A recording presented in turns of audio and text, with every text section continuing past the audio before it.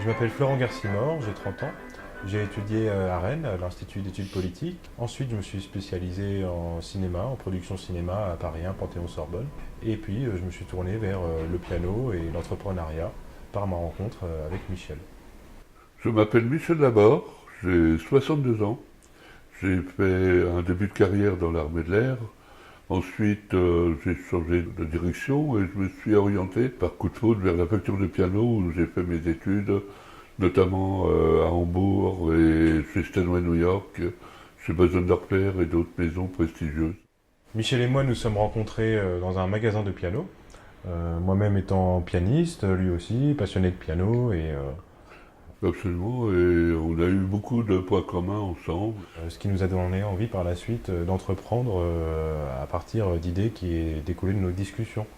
Piano Lab, c'est d'abord les trois premières lettres de mon nom, ensuite c'est laboratoire, et donc on travaille énormément sur l'évolution de l'instrument de musique, soit en tant qu'acoustique ou en évolution d'un apport informatique et électronique dans le piano acoustique.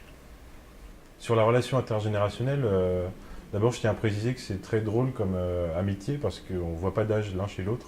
Et on est vraiment dans quelque chose de au-delà de tout ça, mais bien évidemment les expériences de vie transparaissent dans les discussions. Et moi ça m'apporte beaucoup que Michel ait eu plusieurs entreprises. Donc il a appris aussi des échecs, comme moi à très petite échelle évidemment parce que j'ai pas la même expérience. Toi, qu'est-ce que je t'apporte? Je sais pas.